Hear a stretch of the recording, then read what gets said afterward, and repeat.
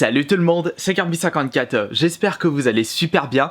On se retrouve aujourd'hui pour une petite vidéo guide de collection et une vidéo qui n'est pas adaptée uniquement aux jeux vidéo. Vous pouvez très bien utiliser cette vidéo pour d'autres collections, comme une collection de comics, de figurines pop, une collection de VHS, une collection de BD, etc., etc. Il faut savoir que lorsque vous débutez une collection, il y a certains points à mettre en pratique et surtout quelques pièges à éviter.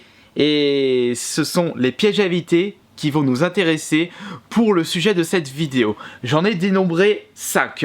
Bon, il y a beaucoup plus de pièges à éviter, mais il y en a quand même 5 importants. Si vous ne désirez pas que votre collection soit une plaie pour vous. Il ne faut pas oublier qu'une collection, c'est avant tout un moyen de se faire plaisir, un moyen de partager la passion, un moyen d'étoffer la connaissance, etc., etc. Et je vous propose cette vidéo suite à des conversations avec d'autres personnes en rapport avec le milieu de la collection. Et d'après ce que j'ai pu entendre, à des moments la collection, ça fait peur. Le premier piège à éviter, c'est le perfectionnisme. C'est un point de collection qui peut être primordial pour certains collectionneurs, mais il peut devenir un piège. Lorsque vous achetez un jeu vidéo, je prends l'exemple des jeux vidéo, le plus souvent, vous désirez qu'il y ait la boîte ainsi que le jeu.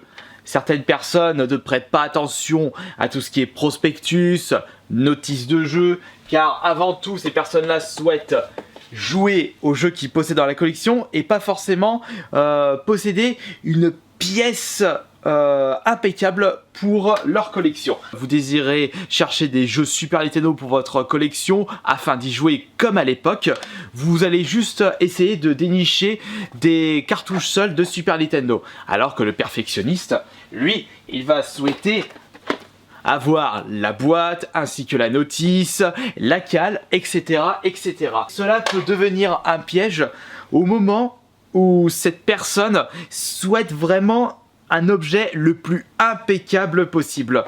Et il ne faut pas que la boîte soit cornée à un certain endroit, il ne faut pas de déchirure. On peut prendre d'autres cas extrêmes comme des collections de GameCube où la personne va jusqu'à collectionner un jeu GameCube mais de façon ultra complète. Une boîte, un CD, un code VIP et si on pousse le vice encore plus loin, un code VIP non gratté. Et cela peut devenir un réel souci mental. Une personne ultra perfectionniste qui prend un peu trop soin de ses jeux, il va inviter quelques personnes chez lui. Il suffit qu'une des personnes regarde sa jaquette et il le fait tomber malencontreusement. Tout de suite, soit le collectionneur perfectionniste, enfin ultra perfectionniste, va faire une syncope ou alors il va mettre une mandale dans la tête de la personne qui a fait tomber son jeu. Je prends vraiment des cas extrêmes, mais cela peut arriver. Et il ne faut pas qu'il y ait de la lumière parce que ça peut déteindre la jaquette du jeu. Il ne faut pas qu'il y ait trop d'amas de poussière. Ça peut même aller aux mouches qui peuvent poser leur petite chure sur les jeux. Bon, là, c'est encore une fois, c'est un cas extrême, mais dites-vous que ça existe. Le deuxième piège de la collection, c'est la paranoïa. Vous êtes tellement à fond dans votre collection et que votre collection vous tient vraiment cher que vous commencez à psychoter à droite à gauche et vous avez peur qu'il arrive quelque chose à votre collection. Incendie, vol, pas de confiance envers les voisins, pas de confiance sur vos amis, etc., etc. Et cela peut être un réel souci mental et psychologique une nouvelle fois, car vous n'allez pas vouloir quitter votre collection de vos yeux. Vous allez avoir peur de partir en vacances, comme un attachement de la part de votre collection. Ah non, non, tu ne vas pas partir en vacances, il faut que tu t'occupes de moi, j'ai peur que ta maison brûle, etc., etc. Il faut faire très attention avec ce piège-là, car ça ne va vraiment pas être bon pour votre mental. Il n'y a pas que votre collection dans la vie. Il ne faut pas oublier les règles essentielles de la vie en société. Sortir un petit peu de chez vous, voir et partager du moment avec votre famille, avec vos amis. Et cela peut être très gênant si votre collection passe en priorité. Il ne faut pas oublier que la collection, ce n'est que du matériel. Il n'y a rien de vivant dans tout ça. ce n'est pas le plus important dans la vie. Troisième piège de collection, la privation. Il ne faut pas que votre collection devienne la priorité numéro 1 sur votre budget financier. Il ne faut pas que vous vous mettez à manger que des pâtes pendant 2 mois afin d'économiser pour acheter une pièce maîtresse pour votre collection ou voire plusieurs pièces maîtresses. N'oubliez pas que le plus important dans la vie, c'est aussi bien manger.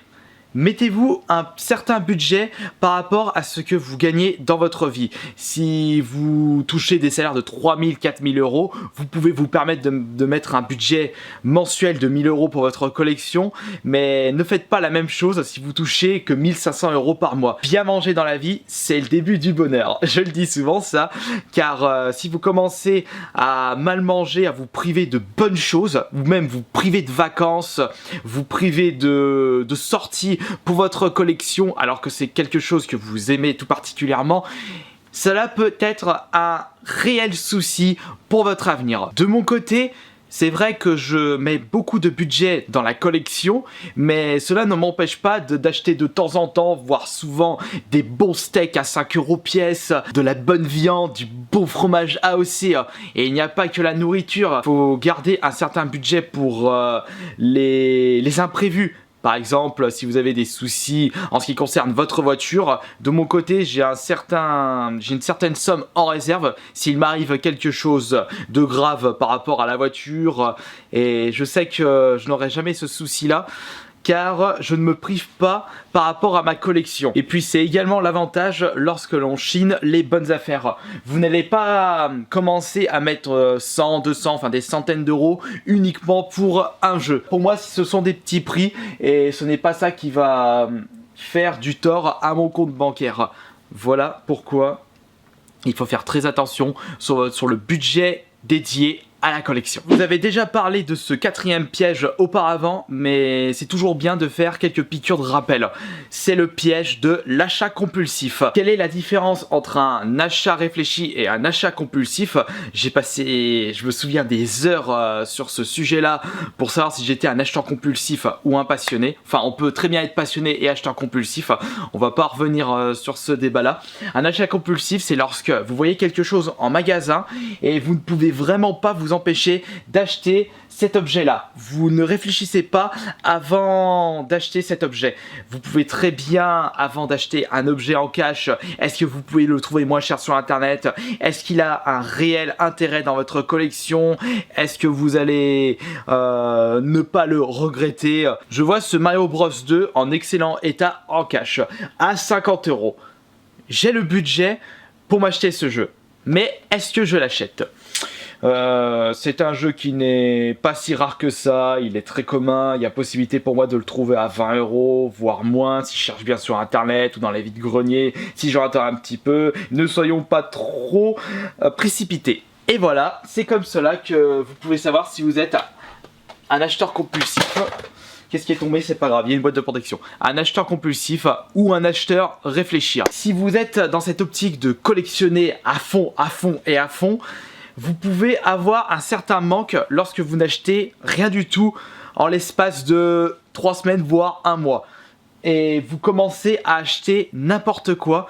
Si vous avez le piège du perfectionnisme en même temps, alors là vous risquez d'être vite dans le baba. Cela ne me dérange pas de mon côté de ne pas acheter de jeu pendant 1 semaine, 2 semaines. Si je vois que je ne peux pas trouver de bonnes affaires dans les endroits que je visite, magasin, vide-grenier ou internet, eh bien ce n'est pas grave, ce sera pour la prochaine fois. Ne tombez pas dans ce piège de l'achat compulsif. Nous allons passer au 5e et dernier piège de cette vidéo, c'est la jalousie. Lorsque vous commencez à collectionner des jeux vidéo et que vous commencez à montrer votre collection sur internet à d'autres collectionneurs, une compétition se met en place. Vous ne pourrez pas vous empêcher de comparer votre collection avec celle appartenant à d'autres personnes.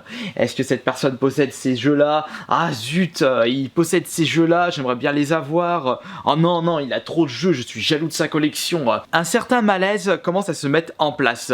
Votre collection qui, à la base, vous faisait plaisir, commence à faire le contraire, car elle ne vous plaît elle vous plaît de moins en moins, car elle n'est pas à la hauteur d'autres collections appartenant à d'autres personnes. Cela peut être un réel souci si vous commencez à avoir cette mentalité-là. Vous allez commencer à acheter plus d'objets, vous allez encore plus vous priver, vous allez essayer d'en mettre plein la vue, vous allez passer de plus en plus de temps sur votre collection pour avoir la meilleure collection possible, en oubliant la chose la plus importante d'une collection, c'est le plaisir individuel. Il faut qu'avant tout, votre collection vous fasse plaisir. Et il ne faut pas que la collection doive faire plaisir à un maximum de personnes. En bref, pour conclure cette vidéo, si je peux vous donner des conseils afin d'éviter ces 5 pièges cités dans celle-ci, il faut que votre collection vous fasse plaisir à vous et non pas aux autres. Il faut que vous fixez un certain budget.